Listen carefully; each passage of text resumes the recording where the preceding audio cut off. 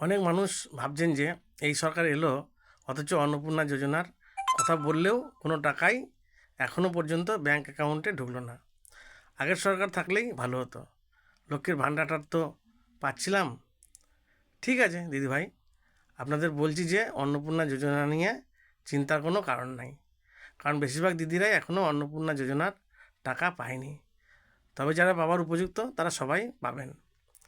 আমার ওয়াইফ বা আশেপাশের অনেক মহিলাই এখনও অন্নপূর্ণা যোজনার টাকা পায়নি। আর যদি আগের সরকার অর্থাৎ টিএমসি জিততো, তাহলে আর অন্নপূর্ণা যোজনার ফর্ম ফিল আপ করতে হতো না, বিধবা ভাতার ফর্ম ফিল আপ করতে হতো।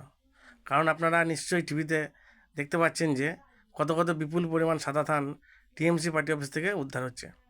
হিন্দু পুরুষদের লাশের বন্যা বয়ে দিত।